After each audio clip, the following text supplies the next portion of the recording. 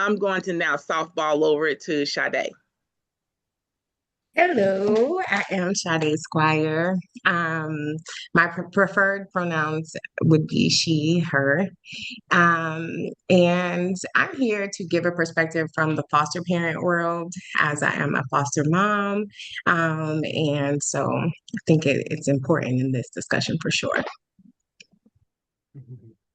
My name is Robert Davis. My preferred pronouns are he, him, and I'm here because my area of study and focus is family, and I come from a blended family. Well, my wife and I have a blended family together, and so this is one of my passions: helping people in our community who have blended families to be successful. Hi, everyone. My name is Denisha Jones. My pronouns are she, her, and Aya. And I am a single adoptive mother of two teenagers. Well, yeah, they're 19 and 17, but I adopted them internationally. They're Afro-Colombian, and they were 14 and 16 when I adopted them. So I adopted older Afro-Colombian kids, and actually we are now living in Colombia together as a family. So that's my diverse family that I bring to the panel. Dr. Julius J. Weaver. My pronouns are he, they. And I'd love to bring to the discussion the diversity of my family. And I'm a trans man. I've raised three young adults who are now in college. I'm currently partnered and have a bonus child who is 11. So we have some interesting things going on in our family as well. So, anyone could jump in. We could do a round, or whoever wants to go first. Is like, what makes like what do you do for a living? What do you do in life? I like to say, because careers change every 5 minutes. So it's like, what do you do in life that brings you joy, and what makes like your family, like this whole uniqueness of your family? I guess I can jump in. So I'm a cosmetologist and salon owner and the founder of Wild Girl Altar, which is like a healing-centered, community-based organization for women and teens.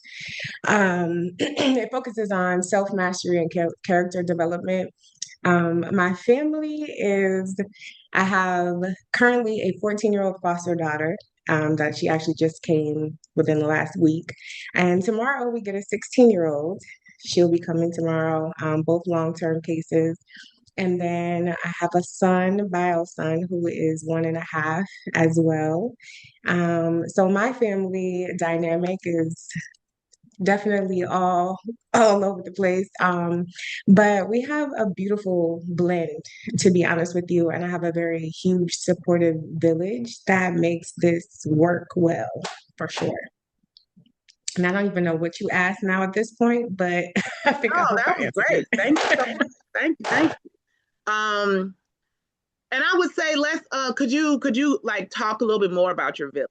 Like what makes your village Yeah. work for you, and what comprises your village?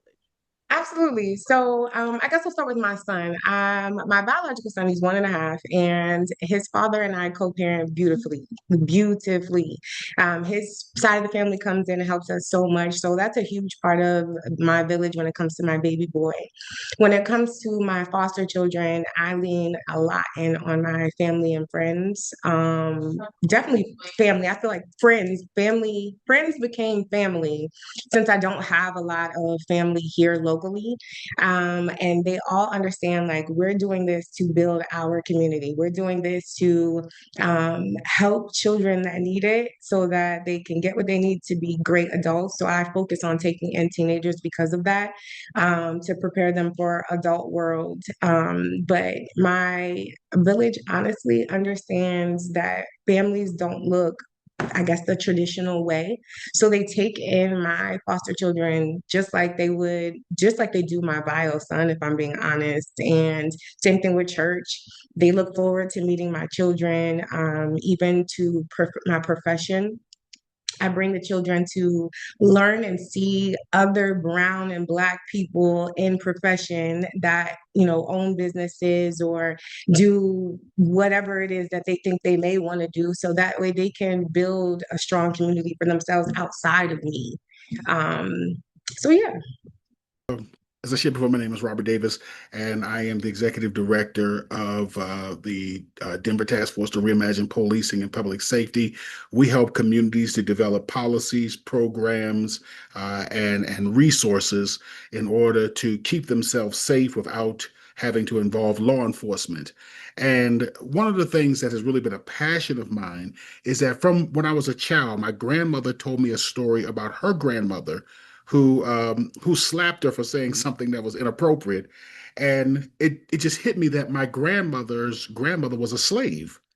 And I've always had this awareness of the fact that I was a descendant of enslaved Americans, and this really kind of informed how I've moved. So even when I was a teenager, I found myself kind of like living in this dual world in Washington, D.C. One half is trying to fit in the world that's dominated by the crack epidemic. And then also the other world that's kind of trying to figure out how do I live out my inner Malcolm X, if you will. And so that's kind of always been what's driven and has given me passion because I've just always understood that my ancestors have laid out who I am and how I am today. And so, as it relates to my particular family, I think the thing that has helped my family to work, understanding that I have come from a blended family, and that my immediate family that I descended from, that I came from, was a single mom home, all of that stuff. I think that my passion has been around communication and more specifically, a shared vision. And so, as we seek to develop a village around our children and around our marriage and around our lives, that shared vision is very important. Being able to articulate what it is that we want specifically to accomplish. And I'll give a quick example and be quiet. When I talk about shared vision and communication, I'm talking about one of the things that we said was we don't have a lot of economic resources. So, my name is not Mitt Romney. I can't give my children $5 million when they become an adult for them to start their venture capital enterprise. But what we wanted to do is we wanted to make sure all of our children graduated from college debt free. So we were very intentional about that being, what do we need to do? Who do we need to connect them with? My son wants to be an engineer. What other engineer friends do we have? How do we make that happen so that when he goes to school, he can get scholarships and we can try to make sure that he or my daughters graduate debt free. So that's what I think about when I think about a shared vision and building a community around what that looks like. So I'm a board certified family physician, and I have been practicing for over 20 years. And so I take care of families. And it's always been my passion to interact with people surrounding health. My mom was a teacher. And honestly, I initially wanted to be a teacher, but that is what primary care physicians do. We constantly teach all day long. And I think my role in community often stems from the connection that I have, particularly to marginalized communities, marginalized families, Black families. When I walk into the room and a patient realizes, or a mom, dad, kids realize that their physician is going to be Black, I think it's powerful. And my family, I'm similar with my kids. I grew up in a very Afrocentric household, and learning about history and culture was really important because we grew up around a lot of white people. And so my parents were like, you're going to learn where you came from. Our history didn't start with slavery, and the Black history here in America is very complex and beautiful. So they were constantly teaching us, taking us to museums, making us read. And I do the same for my kids. So I just remember when I was a young parent and they were young, and I'd be tired from work and they'd climb on me after being in their PJs, and we would learn Swahili. I had traveled to Kenya when I was in college, and I wanted them to learn some phrases, and they would sing some songs. And I felt like it just started getting in there, having their wheels turning, and how they connect to something larger than just the United States, and the history here. And so our family, and what brings me joy is culture, and really delving into those things and making sure that I continue to learn, and I'm hoping that I've instilled that in my children. And our village, for a long time, it has been just me. My story is a diverse story. Thought for a long time that I was a straight cisgender person, and I was raising my kids, was married to their father, and we broke up and divorced when they were young. So my children had to look at how someone can evolve even when they're an adult. And so I think part of my family uniqueness comes from them learning that you can continue to change and grow, and it's okay, even if people around you don't quite understand or accept it, as long as they're listening to that voice inside. And so that also is a part of the uniqueness that I think that is part of my family. I'm a early childhood educator by trade. I started out as a kindergarten teacher, preschool director, and then I spent 20 years working in teacher education, preparing early childhood teachers. So I study a lot about child development, and that includes families because they're a huge part of children's lives, right? And then I transitioned into early childhood advocacy, which I do now, which I work remotely, which allowed me to flee the United States with my children. And so I always wanted to be a parent growing up. I just assumed that I would, when I was younger, I was like, oh, I'll get married, I'll have 5 kids, maybe I'll even adopt for a sixth kid. Then I was clearly in my 20s trying not to make that happen, but thinking I still had time to make that happen. And then came into my 40s and realized, well, that's not happening this way. So I had to figure out a new way to have the family that I wanted. At the time, I was in law school at the University of District of Columbia, and my law school professor, my immigration law school professor, had adopted her first child through this program called Kid Save, which they work internationally with Columbia to help place older kids, siblings, and kids with disabilities with families. And they worked with single parents like myself and members of the LGBTQ community.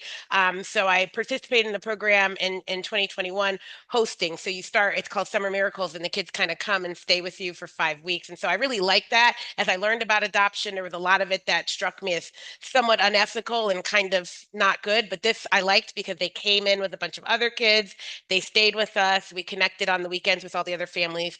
And a kind of social worker came and spent time with each of the families as well, too.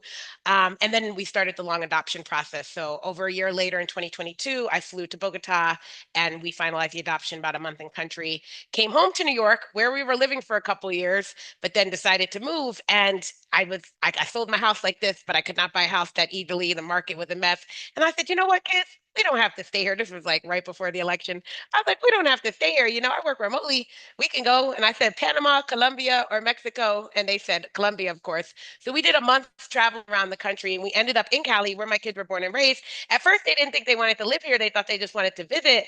But I didn't want to live here because we had connections here. So my kids were raised by 2 foster families aside from their birth family, and we immediately connected with the most former foster family. So I felt that was great. We knew people here. I couldn't imagine doing this without that.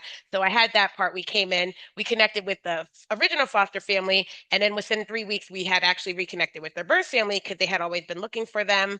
And so it all kind of came together. And so just this yesterday, their mom was here, their older sister. She has 2 kids, right? And so the whole family comes over a couple times a month, which is really great. I feel like coming here, I have a big family in the States on my dad's side, living in Maryland, and then my mom's side, my siblings as well. And so I was really afraid I wasn't going to have that here in Colombia. But now I have a whole new big family, right? I have my kids, their entire birth family. It's been great. I knew their older sister probably had children. And so they love being a niece and nephew. I mean, an aunt and uncle to their little niece and nephew. So that's been great as well, too. And so for me, I also was born in Panama. My mother's Panamanian, but I grew up in the United States. So I have an idea of what happens around Black identity outside of African American, right? Black Latinx, Afro Latino identity.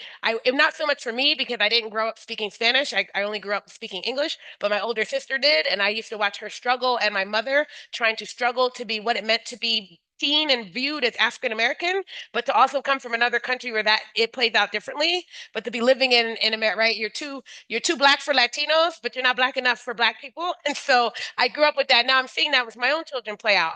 When I say they're Afro-Colombian, I mean we look exactly alike in terms of complexion, right? There is no doubt. But it's the same thing when we're in the United States and other Latinos don't see my kids as Latino because they're Black. And I'm like, they speak the language they were raised there, right? And then the same thing where other Black Black people start to question their Blackness because they sound like they are from another country because they speak Spanish natively. So navigating that with my children has been important. It's something that I've seen growing up, and it's something we're still dealing with now. Living here is different too because I see the differences of, racism is a global phenomenon, happens all over the world, but it is experienced here differently. Cali has the largest population of Afro-Colombians in Colombia, so I'm typically assumed to be Colombian until I open my mouth, and they're like, "Oh, you're a gringa," and I'm like, "Yes, yes, sorry, my apologies." So that's been a really interesting thing too. So part of me is helping my kids to navigate that. Of course, they don't see it as much as I do because they don't have the same history with it as I do. They haven't spent 20 years teaching about it, so sometimes they're like, "Mom, you make everything about race," and I'm like, "Haha, yeah, yeah, you will too when you realize as these experiences come your way. They want to go back to America for college." And I said, you'll realize it when you're experiencing those things as well. But I'm hoping to just make them make the connections, right? You are Black, you are Colombian, you are American. And what do all of those three things mean as you're growing up in this world? And to be proud of who you are and your identities. And then also navigating, being adopted, which is, a challenge for all kids. We're fortunate. I don't think they realize that now because they don't know a lot of other adoptees, but to have everyone who's cared for them in their entire lives present in their lives, I know is a blessing. I know a lot of adoptees don't have that. And so they have that. And I hope one day that they can come to see that as well, too. So my job is to just help guide them for, experiences that I think they're going to have as they get older and navigate their multiple identities. And I understand the need to gatekeep Black American culture. I really, really do. But at the same time, I really need Black people in America to understand that Blackness outside of America is still Black. We get into these debates all the time with people who are telling me my kids aren't Black because their grandparents aren't Black. They mean Black American, right? And I understand what they're saying. Yeah, they're American through adoption. They're American through that, but they weren't raised Black. But to say that they're not Black because they don't have Black grandparents, Black American grandparents, I find very troubling, right? And they do through me, but right, the idea that you need 4 Black American grandparents to be considered Black. And so I just want to trouble this idea that we can gatekeep Blackness, but also make space for Black adoptive families, right? Because adoption is illegal. Like they are legal Americans. They have passports and certificate of citizenships. So I don't want them not feeling that they can't claim Black American identity. They understand they weren't raised that way. They understand there's a lot of things that they don't know about what it means to be Black American, which is why I want them to go to historically Black colleges and universities so they can get some of that culture. But I think what I struggle with sometimes is that for Black people to be very wanting to gatekeep, which I understand, but also excluding, right? And not thinking about Black kids who were adopted by Americans. And actually, there are a lot of Black kids who are being raised by white people because they were adopted as well too. And I think we do them a disservice when we don't understand. I didn't understand until I went to a Black summer camp for adoptee kids. It was for adopted kids of color. And so I took my kids there the first summer we were home, and 90% of the parents were white women who had adopted Black children.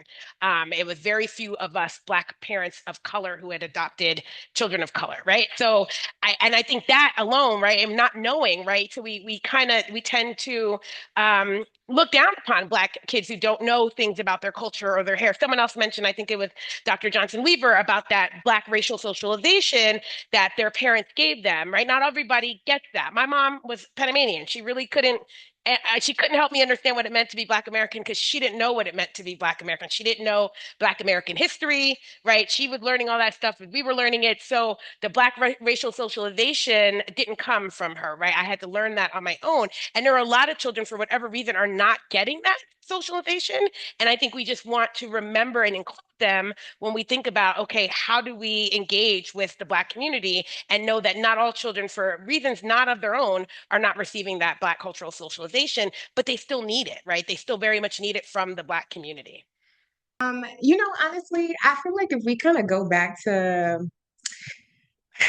village outside of your personal village. I remember back in the day, like if you were a Black teacher and you saw a little Black girl and her hair wasn't done, it would have been okay for you to do her hair. Now it's kind of like, oh, don't do that kind of thing. I feel like if we can kind of just go back to that a little bit. A lot of times we're talking about wanting other cultures to address, accept, or acknowledge our culture. Okay, well, can we put that to the side for a second? Let's talk about our culture within our culture and how we can help our culture within our culture. Because I do agree, a lot of foster children, for example, are not being raised by Black parents. So where are they going to get that from? Where are they going to get that culture? Where are they going to get the understanding of their hair? Where are they going to get it if their white parents or whatever caretakers don't know, don't have it, or just don't the depth of it? You know, you can go to a class and learn about the hair, but do you understand the depth of it? You might not. Do you understand what it does for us and to us? You may not. But taking it into a school, allowing us to be able to love on our children the way we need to love on our children. It might look a little different, and we have to be okay with that. It might look a little different than how we're going to love on the little white girl, but it doesn't mean we love her less. It just means we got to love differently. So that way everybody can get loved on the way they need to. Not everything is a blanket situation. Is our ability to navigate, excuse me, the various family constructs. And I think a lot of that comes from, our experience here in this nation. And what I mean by that is we understand that the family is not mother, father, 2.5 kids. We understand that family is very much grandparents raising children. As we've embraced more and more of our immigrant brothers and sisters from the Caribbean, from Africa, we understand that that looks like aunts and uncles raising children while mother and father are trying to raise money to get over here to the States. We understand that it's you sending, even here in America, you living in Mississippi, but you're sending your kids to Chicago to live with their uncle and aunt. So that understanding, I think, is a strength of ours because it allows us to be able to be more adaptive, to be more resilient, to be more flexible in how we look at family, how we think about family, and then how we also manage family. And we sometimes, when we think about single parents, things of that nature, one parent households, etc., we've often looked at that as a net negative. And I can understand why that is, but it's also because of the fact that we had so little autonomy over our bodies, over our families, and so much of the history here in America. You're talking about, up until the 1960s, we didn't even have autonomy over our bodies. And many can debate that even in 2026 we don't, but that's another story for another day. But I think that those experiences has prepared us to be able to navigate institutions, to be able to develop resources, non-traditional resources that have actually helped our families to sustain all of this time. Thank you. Thank you.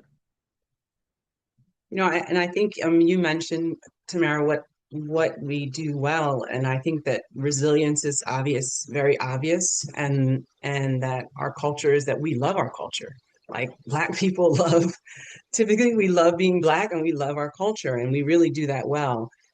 That love, though, unfortunately, sometimes, and I'm going to agree with everyone here on the panel, makes us exclude each other within the community, and that's the part that we really need to work on. And I am not, trans is not my only identity, being queer is not my only identity, but I'll speak to that. Is that my kids growing up, when I would get forms home, and I need to fill them out, and there's things like gender on there, but there's not space to really explain who I am, right? I do trainings, and I own a medical practice where I take care of a lot of queer and trans people, and there are a lot of Black people in this practice. And you have to change the forms. I mean, they don't fit most people. If you think about being othered, we talk about it as being Black. If we don't see ourselves in spaces, if we don't see ourselves on the walls, if we don't hear about ourselves in history books, it does harm. It's the same thing for the Black queer and the Black trans community. If you don't see yourselves when you're growing up, you don't have a space to write your mom's name and then your second mom's name, or you have to explain it and your teacher kind of looks at you kind of funny because of it. You don't feel like you belong. So that part of our culture where we don't know enough and we don't train enough and we're exclusionary, that's the part I think that we're missing. And we do it in other places, just like Dr. Davis said. Like, we have non-traditional families. We're used to seeing a grandmom or a trusted friend pick up the slack where maybe parents aren't in the picture. So we need to extend that to our queer and trans brothers and sisters and non-binary people. We need to extend that to our disabled people, our autistic folks, our neurodivergent folks. So we've got a lot of work to do in some of those other areas. And I also would like to add to that a lot of that stretching has a lot to do with what we see represented still. Like you still see in ads for formula, even if it's just a woman, that they have a wedding ring on. And if you see a Black woman in an ad, she has no wedding ring on. Like, we're still doing that. Like, we haven't got past some of the basic things, right? We also still, as a society, that's not Blackness, that's like Americanness, I like to say.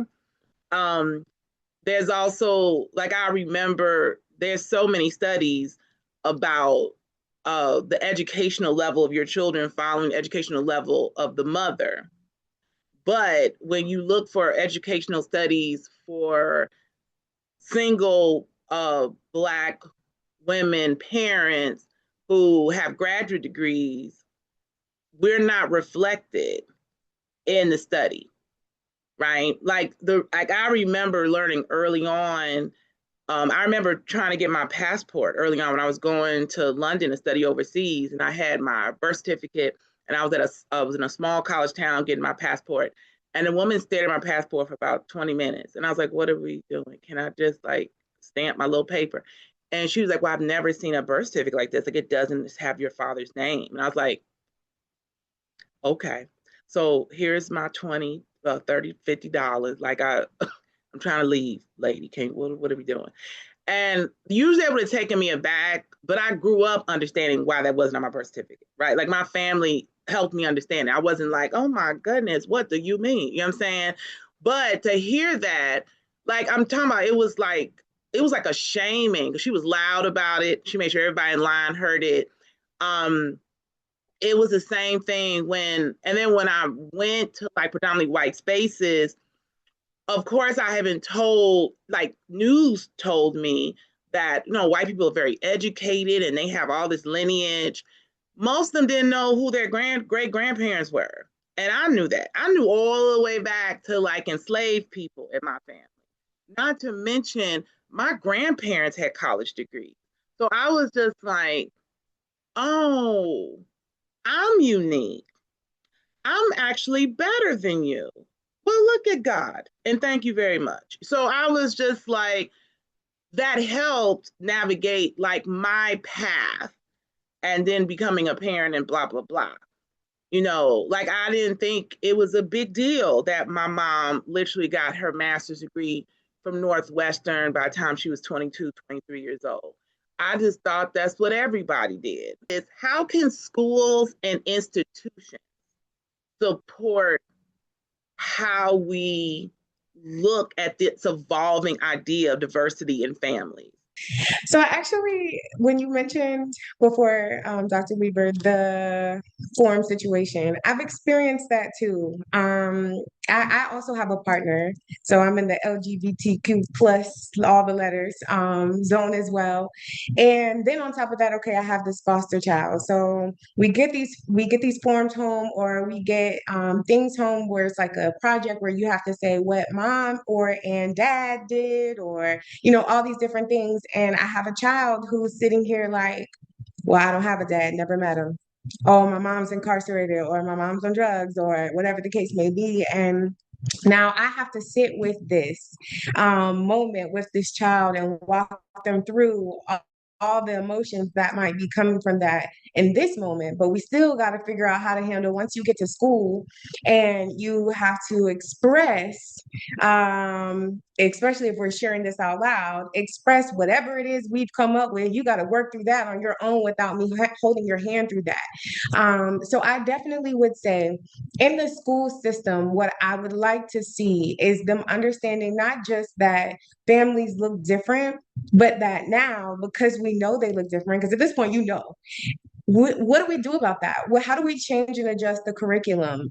How do we adjust behavioral issues, for example? That we need to talk about that too. We've got a kid who's acting out and you want to just go straight to suspension, or you want to go straight to, punishment, opposed to understanding the person behind the behavior, understand what they're going through, what they've been experiencing. If you know how to recognize, a lot of times behavioral problems equate to home problems. If you can recognize that, if you can get the training then you can have things that are implemented. I really love that my foster son, previous foster son, the school, his counselor took him up under her wings, and she was like, I let the whole school know, don't touch him. That's what it takes is, and she was a Black woman, don't touch him. If he's doing something, I don't care what it is, bring him to me. I'll figure out what's going on. But, she understood okay, he's a foster kid, even down to there was no structure or guidance on how I inform the school of what's going on. And, the counselor's like, we need to tell them, but we don't want to necessarily tell them everything because then they're going to just start looking at him and targeting him. But we also need to figure out how to tell them something so he's not going. I mean, we're talking first week, they're trying to suspend him, and it's behavioral problems. But we have a kid that's been in the system. At that point, he was 10. So he's been in the system since he was 7. He had no counseling in place by the time he got to me. He had been uplifted and uprooted out of a home that he was in for 3 years that just wasn't working. So we're not even going to talk about what the system wasn't doing to give him his tools. But now he's in school being disruptive and he's doing all these things. And the first thing they want to do is suspend him week 1. I'm like, no one wants to ask questions. Where's the training? Where's the understanding that you have to go deeper than surface level? I know we're here to teach kids, but can we first understand humans before we can teach them about 1, 2, 3's, ABCs, and history? Do we understand how to work with human to human, what they're going through? And it's small changes like a form that or a project that doesn't say mom, dad, siblings. These can be sensitive topics. Let's talk about you as the individual. Let's just start there. Talk about individuals and individuals in your life. Let you as the child address and present your family dynamic in a way that feels comfortable.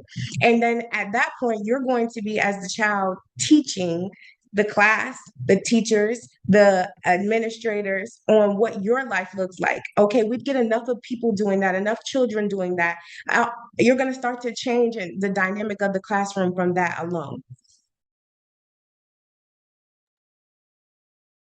What I wanted to share was that I think every school, every community, and this kind of piggybacking off of what Sade was talking about just a moment ago, which is I think every school, every community has to gather facts about their constituency or about the construct of their community, and we have to think about we have to employ our scholars to be fact gatherers. So, rather than, and I am not a researcher, so please forgive me. But, questions rather than who's your mother and father could be questions like, who are the adults that are responsible for you? Um, Questions like, who, and in my community, for instance, it would even go down to like, who's allowed to give you spankings? Because, that's my grandmother, my grandfather, my other grandfather, my dad, my mom. It was a pretty long list of folk who were responsible for giving me spankings if I showed out, and were also responsible for buying me stuff to make sure I had what I needed to survive. So, those type of questions versus asking the Eurocentric questions or the traditional American majority culture questions can help us to gain a true understanding about the construct of the community that we serve. And when you have that specific detailed demographic information, it puts you in a place to be able to develop unique resources for that particular population. Because even within the Black community, you can go from one school in South Chicago to another school in South Chicago. And while there are overlapping needs, there are going to be some very specific needs that each school is going to have that if you don't, you can't put it into a cookie cutter. And that's one thing when we talked about the construct of the family. One thing about our Black community, we are not cookie cutter. And I love that about us. We're not a cookie cutter community. Again, we're not the mother, father, 2.5 kids. We're very unique, very diverse, and we need to understand in somewhat of again, in a demographic way, what that uniqueness is so that we can be very clear about what the needs are, who are the people that we're serving in our particular community. Yes, no, I agree with all of that, and it's super important. And then along the lines of what I think Sade was saying as well too, when I think about some of the biggest issues around schooling with my kids, right? So they entered high school, one in high school, one in middle school, in New York, and not in the city, right? I was living in the suburbs, which I was like, how am I? I did the same thing happened to me. I grew up in the suburbs of New Jersey, predominantly white communities, and here I am doing the same thing to my children, which hence the reason to move, right? But one of the biggest issues that comes up, and it's in all of my adopted parent group, is the school assignments asking for baby photos. Those of us who adopt teenage children cannot get baby pictures. I was fortunate; I was able to. So the we were in country in Bogota. My son just comes and hands me a folder, and it's all these pictures of them from their foster. Now the foster families have the photos. This is what I know. They have all these photos, but when you sit there and you ask all the government people and all the for the photo, they tell you don't have it. And they don't want you communicating with the foster families. Fortunately, we communicated with our foster family. So I was able to get my daughter's quinceanera photos and all sorts of things. And so I have a picture of him. He just asked for it now because it's the same thing here in Colombia. It's not just an American thing. He's the senior year in high school. They asked for baby. He said, Mom, where's that baby photo of me that I gave you? I need it for school. So I gave it back to him. My daughter, fortunately, her birth mom had another photo of her even younger that none of the foster families had, right? So it's a big issue because people just assume everyone has young pictures of their children. And I was one of the fortunate adoptive families in my group who has them, but many don't. And it's very hard on the child, right? I think what a lot of people don't realize about adopted kids is that well, in terms of race, we want kids to be really proud, right? You're Black and you're proud. Be proud of who you are. Adoption is not something kids really want to be proud about. It's not something they want to talk about and let known to the world because it's something very personal and they haven't really gotten to the space where they accept adoption as who they are. It's something that was done to them without their control. They had no say. I mean, my kids agreed to be adopted by me, but the fact that they needed to be adopted in the first place was outside of their control. So they don't tell people. Now, this has been interesting in our family because my kids are native Spanish speakers, so they talk to other Spanish people, and then I come around and they start talking to me in Spanish, and I'm like, did y'all not tell them? They're like, no, we don't. They don't say anything. So I've been learning to navigate that. And at one point, I said, you need to tell these people you're adopted. And then I said, whoa, whoa, whoa, no, you don't. It's your story. It's your business. You tell them when you're ready. I tell my story, which is I'm a mother through adoption, and I'm not going to, but that's not there. I don't have to tell that. They don't have to tell people. So we end up introducing people, and I'm like, hi, I'm their mom. And I'm like, this is their mom. And then they think we're in a cute lesbian relationship. And I'm like, no, we're not, but that's okay. They have two moms. It's okay. Right. So, but anyway, back to the point on the photos and like the adoption. Kids don't always want to say they're adopted because they don't want to come out in school and say, "Oh, we don't have these photos of me because I was adopted." And I was proud of the fact that the school didn't tell anyone, right? Those the people I spoke to, the principal and the counselor, were those people who knew my kids were adopted to the point where when someone needed to talk to me, I got a phone call and they're like, "Hello, is this lady speaking rapid Spanish?" Whoa, I don't I speak English, and she's like, "What?" The teacher assumed because my son spoke Spanish that to call the mom, she should have the interpreter call me first. And I was like, "Oh, that's great. They didn't tell you? No, he's adopted. I speak English." And they were like, "No, they don't tell us that."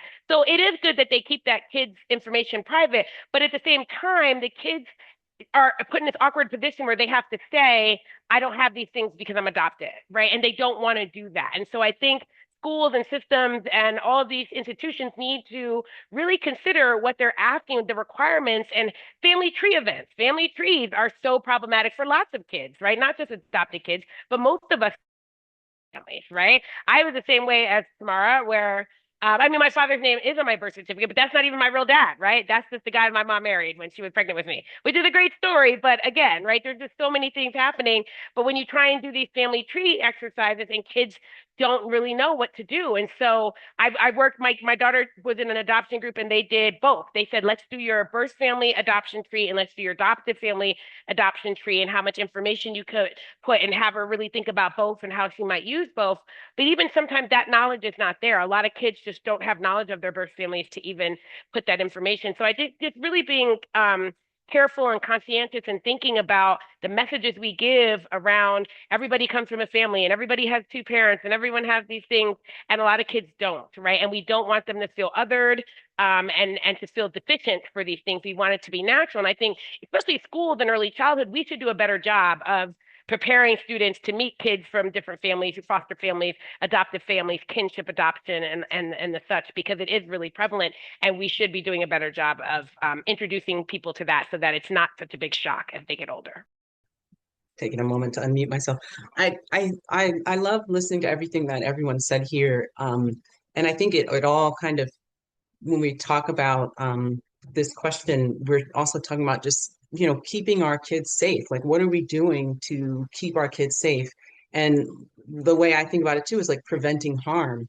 We're not waiting for something to happen and then saying, oh, we're sorry. We're actually thinking about it intentionally beforehand. And how can we do that? I mean, if you don't have a lived experience in some areas, it's actually pretty hard to really understand that. Like, I didn't know that nuance, some of these nuances that I'm hearing about fostering, and so when we start talking about, well, how are we going to create this community that makes our kids feel safe, makes them not feel as othered and like they belong, then we start thinking about, well, what's the village and the container that can help us with that? And that's probably community members, community organizations who have people of these lived experiences, right? And so when you're able to kind of bring them in to help train, right? Because we've all been through trainings and some are great and some are not, but our educators, our school administrators can have training through organizations as well as people with lived experiences. I think that can be very, very powerful. I keep thinking about how when I grew up, so one of my stories is that I grew up in a very predominantly white community. And that's also why I think my parents were so blackety black, because they were like, you're just not getting it from anywhere else, right? And they were always, I was also an athlete. And so I played a lot of basketball and did very well. And they were at all my games. Even when I went to college, they drove 2 hours to my college, sometimes twice a week. And I used to think, oh, they're fans, or I was a kid. I didn't really know why. But I get it now as a parent, is that it was protection. I was constantly in these white spaces. And they were like, we want you to know that this person comes from, you know, people who will take care of them, and we don't think that you're going to do that well. And the truth is, they, in those spaces, they didn't do it well. I met a lot of discrimination, being the Black kid who did well. And and that continued. And I think it continued with my kids. Where I was going with this, though, is that I had an experience in college where my parents weren't around. I was in a class, and the professor, I was so excited for a class, and the professor started talking about Africa. And my heart kind of sank, because I was like, when white people talk about Africa, it's not usually going to come out very well. And it didn't. It was very dehumanizing, and I felt really let down. Fortunately, I had another Black student with me. We talked to the professor, and we kind of left feeling okay-ish. But fast forward to me, 30 years later with my oldest, she's in class, they're talking about slavery. And the white teacher was racist. So how are they going to present slavery? Not in a manner that, empathizes or shows the human factor of the slaves. And my daughter was just so torn apart by that class. And I was like, this is 30 years later. Like, we're not moving. This curriculum has to change. You're an educator. It doesn't mean you should be talking about slavery. Let's bring in people with lived experiences, facilitators, community organizations to come and hold this topic, this sensitive topic for Black students. And it should be for everybody, right? And so that's when I think about safety and what can we do. We talk about training, but also bringing in people with lived experiences and really protecting our kids, trying to prevent that harm by using people who would kind of see those roadblocks and those problems even before they happen.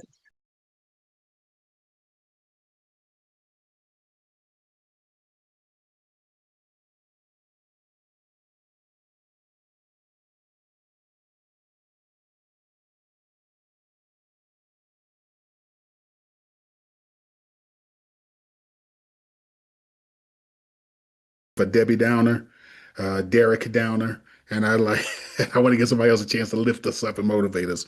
With all that we've talked about, especially what you just brought to the conversation, Tamara, we have to come to the realization, and this is something that we don't like to do, and that is that we're sending our children to be educated by our enemies and by our sworn enemies, by our historic enemies, and that unfortunately we don't have any friends. And the reason that is so important to understand, it is not for us to become depressed. It is not for us to walk through the world with this woe is me reality. You mentioned living in Philadelphia, I believe, for the large majority of your life. I'm from Washington, D.C. When you live in a poverty-stricken neighborhood that relies on crime in order to survive, you don't become depressed per se, but you become realistic about your surroundings. And then you begin to develop strategies to survive. Unfortunately, a lot of those strategies are counterproductive. We have to, in our we have, but in order to be for them to be constructive strategies, there has to be an acknowledgement that, hey, this is my reality, and this is what I'm attempting to do to survive, and it's really not good. I'm attempting to survive abject poverty by selling crack cocaine. Is that really going to be successful? Is that a good strategy, or is that going to end up with me being killed or incarcerated? And is that going to be when? But so we have to come to the realization that our children are being educated, and we were educated by our sworn enemies, that we don't have any real friends that are deliberately trying to help us out. We are our own saviors. And with that, I think that is where the love comes in. The love comes in within the reality of where we are in this society that says we have to be very intentional and deliberate about creating constructive programs, resources, and mechanisms for our young people to receive what they need in order to succeed in this world as a Black human being. Um, so I'm going to end there. I'll end there because I'm sure some other people have additional, more constructive ways of approaching it. I'll jump in. On a big scale scheme of things, it would be just humans seeing humans, right? We would love that. We would love for a human to see a human. But I can understand, Dr. Davis, what you're saying by like, we are being taught by them and we don't have any other community that fights for us and loves on us the way we fight for us and love on us. So then it jumps back into what I was saying before: each one teach one, take one, grab one. We all raising our kids together. We're all doing this as one huge village. Being on this call alone, I've gotten to see the perspective from an adoptive parent. I've gotten to see the perspective from a transgender parent. I've gotten to see the perspective from all over the place, a blended family. And now I can move forward in life different because of the new experiences I've gotten. Having sessions like this, putting it out there for us to see, and getting those that need access to it. Going back to in the school system, allowing and being comfortable with the village being a village outside of your own village that you've created, letting these teachers love on your kids. I know I do it. I can see somebody's kid out in the world, and if you need something, look, baby, where's your mom? I got you. Going back to that feeling, that oh good grandma's house feeling, but except for now we can't just grandma's house it. We got a grandma's house it, auntie's house it, neighbor house it. Everyone has to pitch in and step in and say, we're gonna love on us. We're going to be self-aware of what we got going on. So we're not triggered by other people, understanding that they're human, because we're still waiting for the human to see a human. And then we just move forward that way of just loving on us the way we've been loving on us, even deeper though. I think that you mentioned, you said, what is collective care? And I think we see that term or also just that idea through, our scholars and our ancestors who wrote, like Audre Lorde or the Combahee River Collective. And this idea that we can't move forward without each other, right? And but also to me, when I was thinking about it, I also think about like that collective care means that the most vulnerable person or the most vulnerable community in the area or the most vulnerable person in the room is cared for. So like when you go and you look at that most vulnerable person and you start trying to make sure you're intentional about not harming them, it actually opens up and helps others, right? And I always kind of tell this analogy to some folks is like, I think it was a time before we had the crosswalks where wheelchairs could, crosswalks where people always had to step down in crosswalks.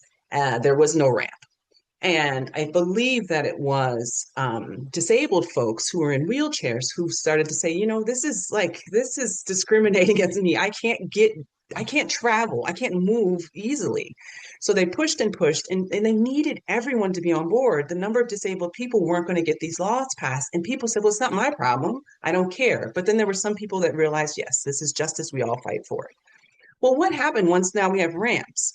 Who else is it easier for to move around? Now we got moms or parents or caregivers who are pushing strollers, or people who might not be in wheelchairs, but maybe you have an injury and you need to get you can't use a huge crosswalk.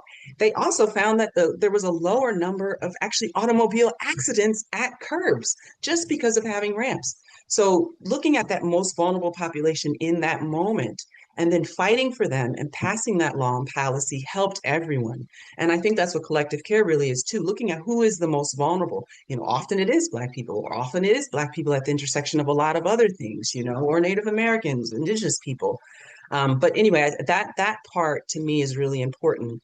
And I also like the part of tying it in and making sure that while we are in sometimes what we call like the belly of the beast, right? We're being educated by, people who don't look like us and have their own history and like to erase ours.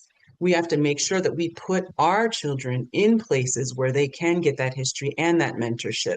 So my kids are growing up in a predominantly white community. But I'll tell you what, I was driving every other Sunday down to DC to bring my son to 100 Black men of Greater Washington. And they're like, why are you coming all the way down here? I was like, because he hasn't even had a Black teacher and he's 15. He hasn't had a Black male teacher and he's 15 years old. We're going down to you every other weekend. And he stayed in that group for 3 years and loved it. My daughter was part of Delta Scholars, and that was to uplift Black women. So we need to find those organizations and bring our kids and constantly put them in front of people who look like them and have their best interests. And that's also how we care for them. It's super, super important to understanding collective liberation, right? That when you take care of, when you cut the curb for everyone, for these folks, it helps everyone, right? And I remember the first time someone mentioned that, I was like, wait, what? I was like, oh yeah, that makes perfect sense, right? And so that's super important, I think, because when I think about loving engagement and about liberation, it all comes back to collective liberation, right? Like it does us no good to free some of us while the rest of us are still struggling, right? And I think that's something that we all agree with and can believe in. And so, what I think is most interesting is, I have a lot of friends who are just like they're refusing to become parents in the world we live in, whether it's they see the world ending through catastrophic climate change or nuclear war or something. They just are like, nope, it don't make no sense to bring kids into this world, right? And I get that, and I wasn't. It's not something I agree with, but I kind of get it. But it makes me think then of the responsibility we have for those of us who are raising kids in this world, right? And I remember seeing an image that said, never apologize for raising dragon slayers, right? When we are in the middle, when there are dragons around us, right? And so I want us to remember that for families, we are parenting children to what Dr. Davis said. Yes, these are our enemies that have been put in charge of our children, and we have to educate our children to navigate that space and also come out better for it. And I want to always come back to like the experiences that we've had, right, that we've gotten from our ancestors and all that have actually made us, I think, better prepared in this moment than some other people to handle this future that we can't understand it. I see so many people freaking out. I'm like, did y'all hear of the man who mailed himself in a box to freedom? Please stop acting like we can't handle what's happening. The man put himself in a box. Henry Box Brown to Philadelphia, not knowing if he's going to live or die, because that's what freedom meant to him.